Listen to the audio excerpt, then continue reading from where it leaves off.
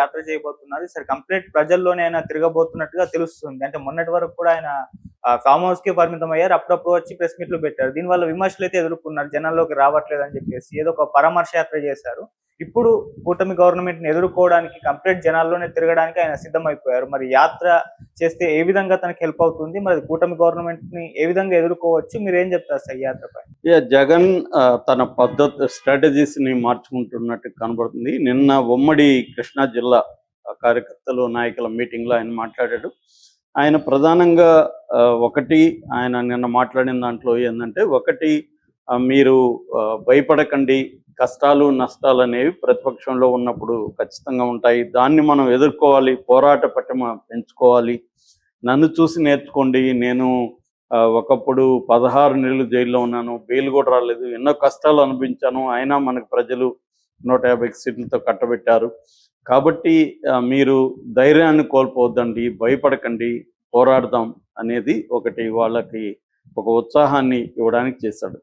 అయితే అది సరిపోదు కాబట్టి అతను కార్యకర్తలతో నిరంతరం ఉండడాని కోసం ఒక ప్రోగ్రామ్ని ప్రకటించాడు. అదేంటంటే జనవరి సంక్రాంతి ఫెస్టివల్ తర్వాత తను ఎవ్రీ లోక్సభ నియోజకవర్గం పరిధిలో బుధవారం, గురువారం ఈ 2 రోజుల వారంలో 2 రోజులు కంప్లీట్గా నేను కార్యకర్తలతో ఉంటాను. ఒక ఎమ్మెల్యే సెగ్మెంట్లో, ఒక ఎంపీ సెగ్మెంట్లో 3 నుంచి 4 ఎమ్మెల్యే సెగ్మెంట్లు రోజుకి ప్లాన్ చేసుకుంటాను. అలాగా మొత్తం ఈ 2 రోజులు, వారంలో 2 రోజులు కంప్లీట్గా ఉంటాను. దీన్ని ఒక ప్రోగ్రామ్కి పేరు కూడా డిజైన్ చేస్తారు. అదేంటంటే కార్యకర్తలతో జగనన్న పార్టీ బలోపేతానికి దిశానిర్దేశం అనేది ప్రోగ్రాం పేరు. సో ఓవరాల్గా కార్యకర్తలతో జగనన్న అనేది మనం అనుకోవచ్చు. అంటే దీని మీద ఇప్పుడు చాలామంది సెటైరికల్ ఇది వేస్తున్నారు. ఎందుకంటే జగన్ 5 ఏళ్లలో ఎప్పుడు కార్యకర్తల్ని పట్టించుకోలేదు.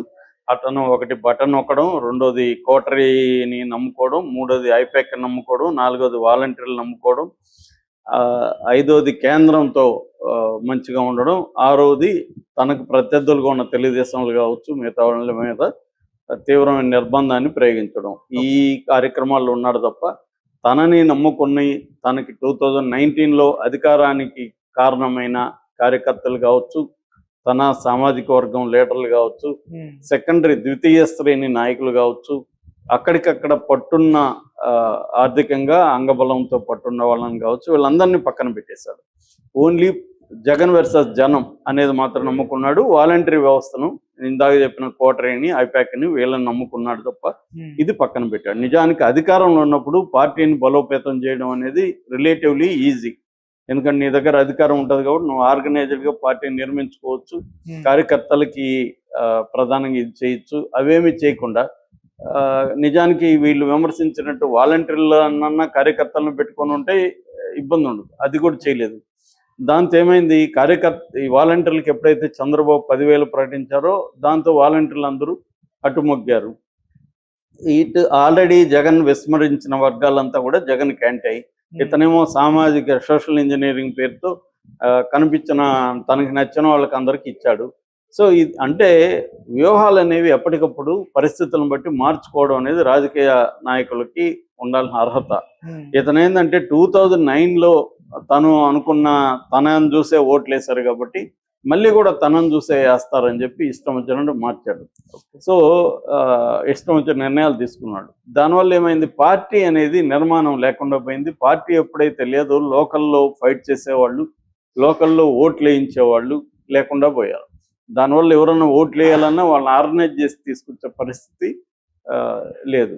అంటే ఇవాళ ఎంత కరిస్మాటిక్ పర్సన్ అన్నా యంత్రాంగం అనేది చాలా ఇంపార్టెంట్.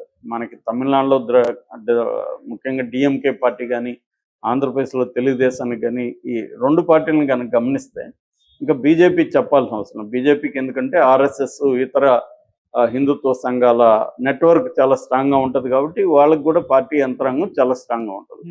సో దీన్ని జగన్ విస్మరించాడు. ఎప్పుడైనా నీకు పార్టీ యంత్రాంగం లేకుండా ఓన్లీ ఐపాక్ టీం ఏంటంటే రీసెర్చ్ చేసి కొన్ని చోట్ల వాళ్ళు నీకు ఇన్ఫర్మేషన్ ఇస్తారు. ఆ ఇన్ఫర్మేషన్ తీసుకొని నువ్వు యాక్ట్ చేయాలి.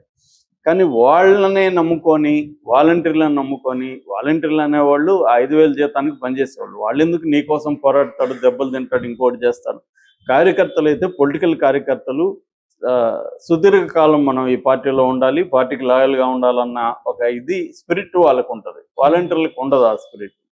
సో దీన్ని విస్మరించడం అనేది ప్రధానంగా జగన్ చేసిన తప్పుల్లో ఒకటి. సో దీనివల్ల ఇప్పుడు తను మేల్కొన్నట్టు కనబడుతుంది. ఇప్పుడు ఏంటంటే నిజానికి గెలిచినప్పుడు అధికారంలో ఉన్నప్పుడు పార్టీ కార్యకర్తలు వీళ్ళు ఎవరిని పట్టించుకోకపోయినా నడిచిపోతుంది. ఎందుకంటే అధికారం ఉంటుంది, యంత్రాంగం ఉంటుంది, నువ్వు అనుకున్నది జరుగుతాయి.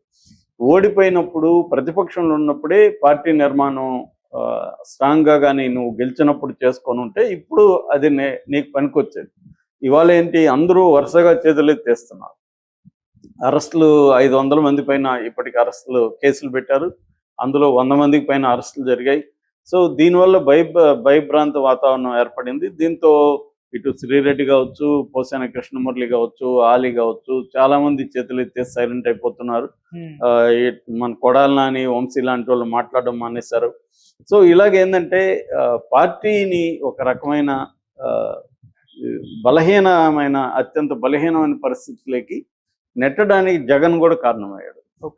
సో ఎప్పుడైనా కూడా ఒకరు అదేదో సామెత పోయిం ఉంది కదా, ఎవరన్నా ఒక చనిపోతే వేనవేలు ప్రభవింతురు ప్రతి రక్తపు బొట్టులు అని సోమసుందరాయన అని పోయిం రాశారు. అంటే ఎవరైనా ఒకరు చనిపోతే ఆ రక్తపు బొట్టులోంచి 1000 మంది మళ్ళీ పుట్టుకొస్తారు. అది ఊరికే పుట్టుకు రారు, దానికి ఒక నిర్మాణం ఏర్పరచాలి.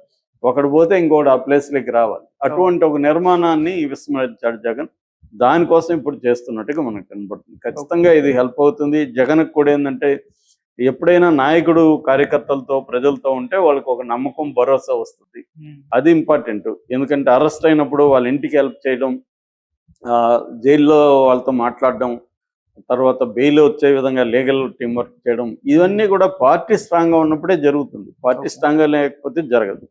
అట్లాగే ప్రభుత్వ వ్యతిరేకత ప్రజల్లోకి వెళ్తున్నప్పుడు దాన్ని పెంచడం, ఆ ప్రభుత్వ వ్యతిరేకత ప్రజల్లో ఉన్నప్పుడు ప్రజలను ఆర్గనైజ్ చేసి పోరాటాలు చేయడం, దీన్ని మీడియాలోకి బలంగా తీసుకురావడం, ఈ నెట్వర్క్ అంతా కూడా కావాలి. ఇప్పుడు అది కూడా చెప్తున్నాడు జగన్. మీరు గ్రామ స్థాయి నుంచి ఎంపీ వరకు ఫేస్బుక్ పేజీ క్రియేట్ చేసుకోండి, పార్టీ పేరుతోనే అన్ని చేయండి, ఇన్స్టా, ఫేస్బుక్, ట్విట్టర్ అన్నిట్లోకి మీరు వెళ్ళండి, ఎక్కడ ఏది జరుగుతున్నా అన్యాయాలు జరుగుతుంది దాని వీడియోలు తీసి పోస్ట్ చేసేయండి. అట్లాగే సూపర్ 6 ఏది, సూపర్ 7 ఏది, ఎందుకు అమలు కావట్లేదని అడగండి.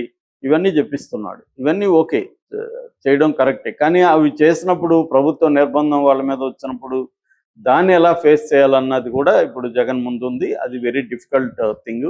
ఇప్పటికిప్పుడు నిర్మాణం రావడం కూడా అంత ఈజీ కాదు. బట్ ఇది ఒక గుడ్ స్టార్ట్ జగన్ వైపు నుంచి అని చెప్పుకోవచ్చు. ఎందుకంటే ఎలక్షన్లో ఒకవేళ 2027లో వచ్చినా ఇంకా